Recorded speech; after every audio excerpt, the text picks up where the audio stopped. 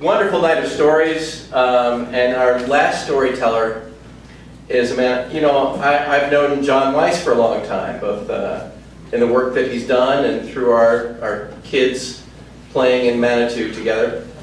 And, you know, like Citizens Project, you know, having, you know, and a lot of us, even Rosemary, when, you know, she has this wonderful voice and this wonderful column, there's always that sense of toiling in the belly of the beast, right? When you work at the Gazette.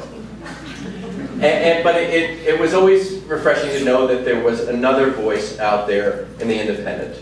Another voice to give voice to those who otherwise had no representation in this town. So,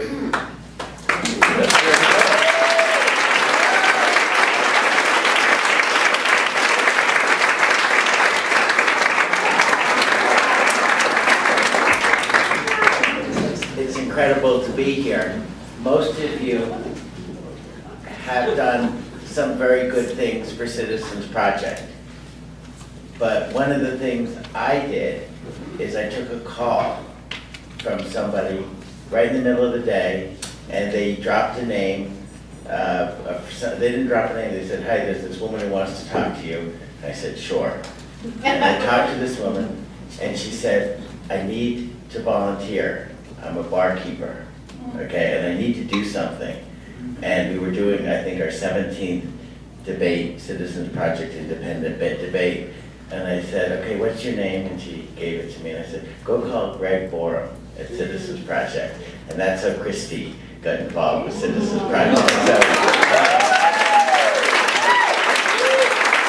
I take full credit for all the great work she has done. I was in New York.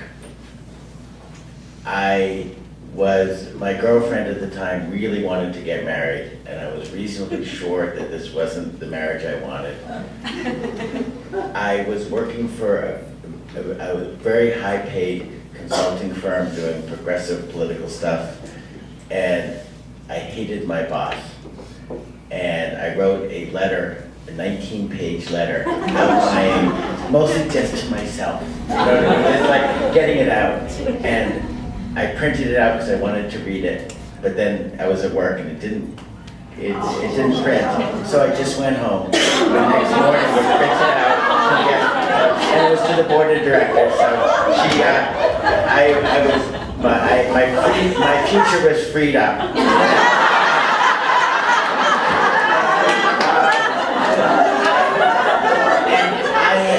In Maine for 10 years, and in Maine I was somebody. I was, you know, a big player.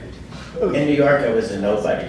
I actually told friends, and this was in '92, in New York you have to blow up a big building to be noticed, before it would happen. And I was a nobody. I couldn't do anything. So I said I needed to change.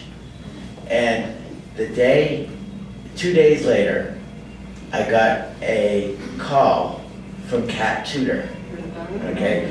Kat Tudor had talked to Ann Oatman Gardner, and she was pissed at the Gazette. I mean, really pissed. And she said she wanted to start a paper to compete with the Daily. And she had heard I just graduated from journalism school, and I had actually graduated 2 years before. But I said, you know, great, my degree is in documentary film. But let me talk, I'm pretty good at starting and launching things. So let me talk, and we talked back and forth, and I started researching Colorado Springs. And Steve Isaac, who was a professor, I went to Columbia Journalism School, and he was one of my mentors. He had just written a book which could not be published because of lawsuits. But 7 family-owned newspapers. And he gave me the chapter about the Gazette, just to look at, to see it. And I learned all this incredible stuff. The Gazette, and this was before our time, they weren't allowed to use the term public schools. They had to use the term taxpayer-supported schools. I learned that they campaigned against the public library because the library was unfair competition with private bookstores. I since learned, and they were part of it, the bookstore people, Judy Dick Noyes and others, said basically libraries are like cocaine. You give people free samples, and then they get addicted. Okay? And so people came and addicted. They created something in Black Forest called the Freedom School, which was by the they didn't think their editorial writers were good enough, so they brought in the John Birch Society, literally, not figuratively, literally the John Birch Society, to do trainings for right-wing. This was before think tanks and Cato Institute. And I fell in love with the idea of trying to create a newspaper here. And so I flew out, I started doing research. One of my dreams was I'd be a big guy in a small town, and women would be like jumping into bed. I've been in New York. One of the things, God answers all your prayers, but you have to be more specific. My friend Dan Gardner was my college roommate of Ann and Dan, and Annie was our roommate too, but don't tell her mother. But I stayed on their couch for 7 months, okay, while I was trying to organize and develop this. And every morning, I would get 2 naked women, girls, combined age 6, okay? Jumping in bed with me and saying, Johnny, can we watch Tunes? Uncle Johnny, can we watch Tunes?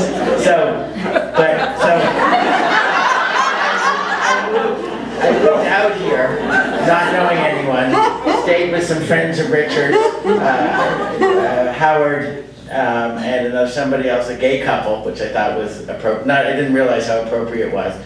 And I decided that, and I was just trying to figure out whether I should move here or not. One of the first people I met who had called me and said they wanted to welcome me was this incredibly energetic, curly-haired woman. We met at the Adams Mountain Bakery, and Amy Devine, and I asked her, because in New York a lot of people have stage names, I was thinking, is that your real name? And so Amy gave me a 5-hour tour of Colorado Springs. We met with lots of people. We ended up in the hot tub with her and her husband, and we just had a great time. And one of the things I realized is that there was a community to be organized, and I was basically a political organizer before I came here. And so I said, there's this community, there's this fight, this is a great project. And so I decided to come here. Initially, they wanted to do a daily paper. We had issues of control, and Rafi Sassauer was there. And sort of an aside, we bought the Smoke Brush building from Cat. We're in the Smoke Brush space right now. Rafi, we just bought the Business Journal, and Rafi's a columnist there. So it seemed like everything is sort of coming full circle. But we decided to launch a newspaper. And I had never worked in a newspaper, which was a curse and a blessing. But I felt that there was a need for a paper here, and I decided they wanted a daily, and I said, we can't have 2 dailies, let's have an alternative news weekly. Initially, we were calling it The Observer, but I teamed up with Kathy Eastburn and Greg Walta and James Barish and Richard Scorman, and we came and created this newspaper. Initially, it was going to be called The Observer or The Independent. We didn't know which name. I decided we could not call it The Independent for 2 reasons. There was a Klan newspaper in Old Colorado City called The Independent when Colorado was a Klan state, turn of the century. And also, The Independent of London was too liberal. I thought we'd get bashed for both. They didn't realize I was the only person who knew either. So we came out with the name Observer, and we got a letter, a lawsuit from Peterson Air Force Base Observer, demanding if we use their name, we do it. So and then we moved into the Independent building, and the rest is history. But I want to talk a little bit about my introduction to Colorado Springs. There would be without the support of Citizens Project and Amy and Doug and Richard and all those people who came together, there's no way we would have created the Independent. They gave us the space, they gave somebody to organize they were the opposition, and we needed, they were so welcoming to me, everyone there. Most of our initial advertisers were Citizens Project supporters or gay rights supporters from Frank Whitworth's publication. So, and when we launched the paper, and 1993, the very first issue, we had letter writers. And they, well, anyone who wrote us a letter received evil mail, not stamped. It was brought into the post office, right in their mailbox, or sometimes taped. It was calling them un-American, it was perverted, it was threatening. We got one letter, a woman from Citizens Project, I forgot, got one of the letters, and her husband, Falcon or something, but she was Bob, and they were just incensed by it, but they came together, and we didn't know what to do. So we brought people together in Greg Waltz's office, and Amy was there, and other people, and we said, we have to fight this, we can't do it. But they got, and we realized that it's illegal to do two things, to send hate mail through the mail system, but according to the FBI, which we got involved, it's more illegal to not put a stamp in an envelope. So we came up and we said we have to fight this. So with Amy and Amy's help and Doug, who's a lawyer, help, we held a press conference. We embarrassed the FBI to do there and said, this is un-American, and citizens, you know, this is not American to do this. Don't threaten letter writers. And we put people's street address, and we don't do that anymore. But we put people's street address, not their number, but we said you're on, you know, Duclos Street or whatever it was, in the city you were in, but not anything else. So we held a press conference in week 3 of the paper and saying, we're not going to stand for this. Greg Walter said there was no chance in hell we were going to ever find the people who did this, so we get a $10,000 reward for any conviction. And so the idea was, but this is the type of community we were welcomed into. I then started working with Richard and Annie and other people on the TOPS campaign. And there was a guy named Chuck Baker, who some people know. I was on the Chuck Baker show. And he was on KVOR then. Now he works for KKK Radio. KKK Radio in Colorado Springs, which is the call letters of a station here. And people would call, and I'm talking about trails, open space, and parks. I would get calls on the station saying, you're doing this because you're gay. And I would say, hello? I also said, I'm not going to answer that, there's nothing pertinent. Oh, you're embarrassed because you're gay. I mean, the whole idea of when I've been in New York is that if you weren't gay, it was a problem. And now, I mean, just this whole community aspects of it. But I want to talk a little bit about some of the things that happened. And one of the things, Sharon knows this really well, it's really, we are a free newspaper. And we depend on people to distribute papers. And Mike McKee and Ed Burcham and 3 other people, literally, this was their hobby. They would go and try to get people to kick the Independent out. And it happened for 12 years, 11 or 12 years. Literally what they would do is they would go into a restaurant, whenever they went to a restaurant, and they would ask, can I speak to the manager? And so they bring the manager over and they say, is there a problem? Food is wonderful, incredible. Service is great. Well, we just need to tell you that as Christians, we can no longer patronize your business. And why? You promote homosexuality and pornography. And we said, you know, the people, what? And so they said, well, why, we don't, you know, how do we do it? I said, you either are advertising or distributing in the Independent. And so this happened 1 year, 40 times. We got 40 calls. Most years it was less. And the fights we had, and we have packages of letters, and we hired people, and it was just the ongoing fight. And no one wants to advertise or distribute your paper if they're going to lose money or lose a customer. And it was really, the Business Journal, which is ironic, so now we own it, had a sheet saying, don't advertise in the Independent, you'll lose customers, and had, you know, stuff. So it was just awful, okay? And so it was just, you have no idea just the drain of this community on what we did. And then they also, sometimes they had phone parties, and I remember, and Gary from Terra Verde, Gary Sonderman, he called up hilarious. He got a call from Ed Burcham and said, Ed Burcham said, I'm never going to eat in your restaurant again. and Gary said, well, we don't want your kind here. So it's just, and they're a clothing store. But it was just the steady drumbeat. And so one of the things that happened, and we tried to keep it quiet, because, hi, we're being boycotted. It's not something you want to do, and you do it. And we won about 60 to 70%. But I mean, I had sales reps in tears because they pulled out, their ad, and it wasn't that many people. But one of the things that happened is people came in, and I don't know whether it was Mike or Ed, but they went to King Soopers one time, and they asked to speak to the manager, and they said the same line, we love to shop here, but we can't shop here anymore because you're allowing the independent, which promotes homosexuality and pornography. But the big issue, I don't know why, it was always men seeking men. It was never women seeking women. I have no idea. But they always circled the men seeking men personal ads, and people wrote letters back and forth. And so King Soopers was our biggest distribution place. We moved 3,000 papers a week at King Soopers.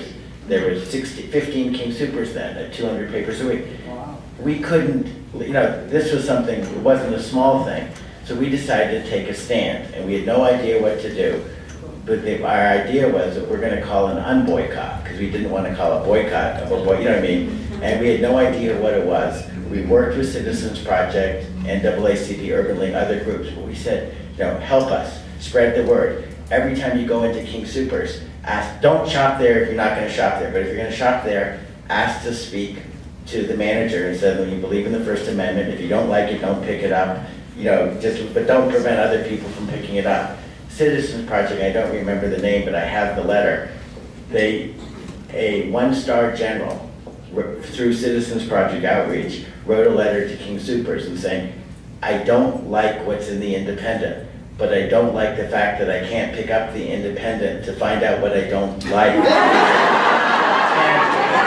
And here's my King Soopers card. And so I go, all of a sudden, King Soopers would not talk to me. We're boycotting. All of a sudden, I get a call from corporate, which is in Cincinnati, Kroger's or whatever it is, and they want to meet, there's a lawyer, and they're saying, and I say, what do you want to do? And so I go up to Denver, I meet with them, and they say, hi. They say, baby talk, small talk, and then they say, will you practice responsible journalism in the future? And I said, we have practiced responsible journalism in the past, and we'll practice it in the future. And so they issued a statement that the Independents agreed to responsible journalism, and we've been back in King Soopers since. And one of the things that powered the boycott, they showed me 800 letters and lots of cards. I mean, they had. I was overwhelmed by the amount of support, one person at a time, and the manager was just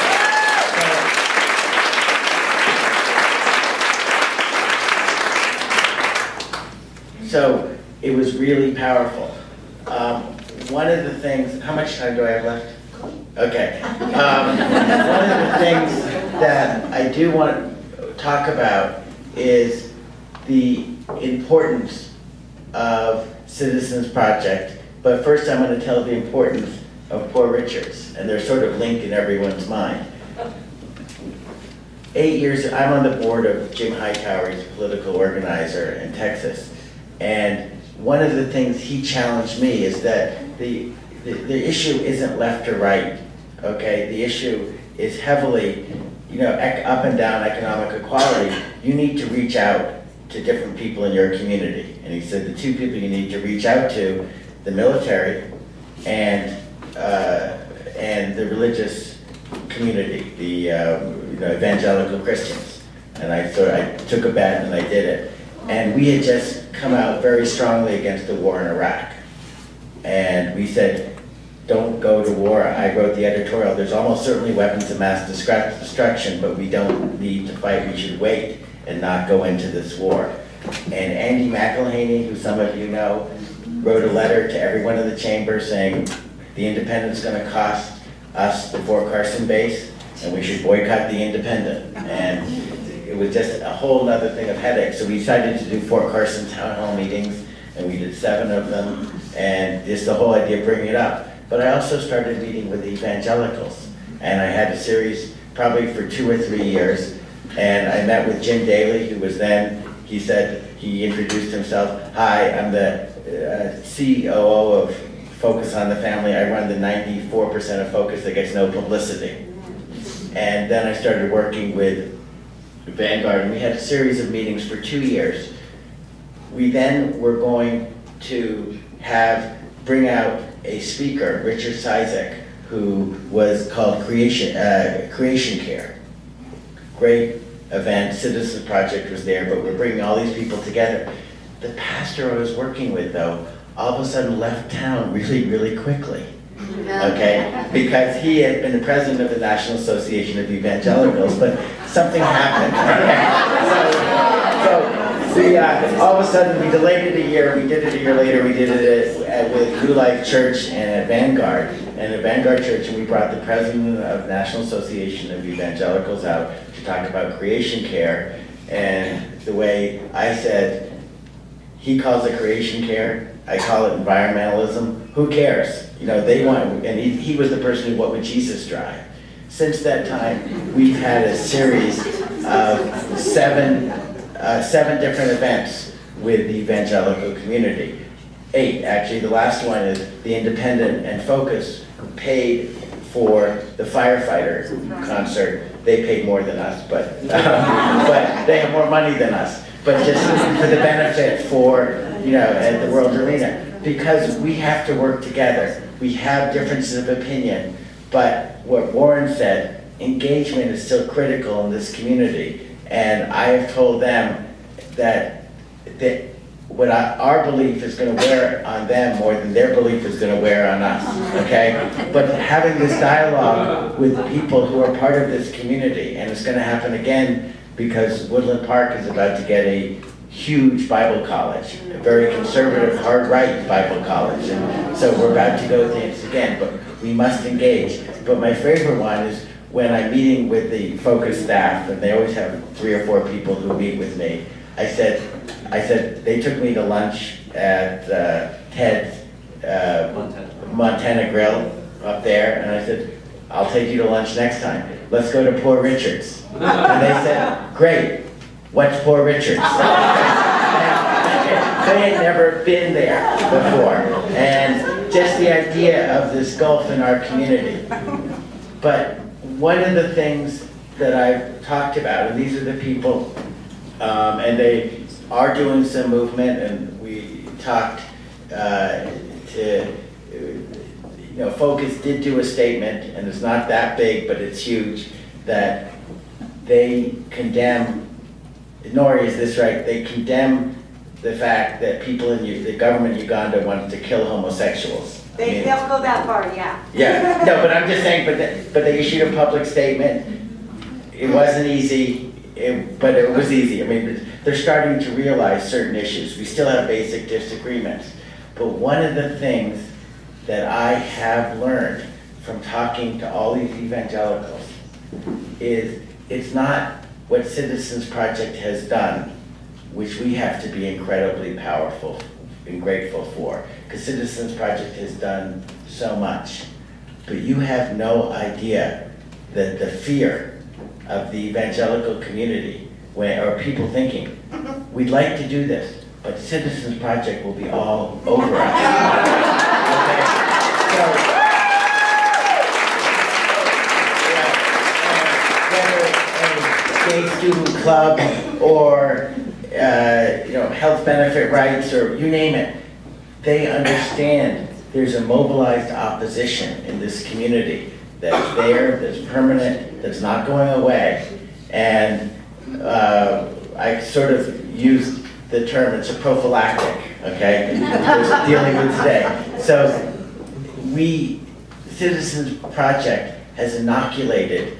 It's so much, the work it's done is incredible, but what it's prevented is even greater. So with no further ado, my time's up, I hope. Yes.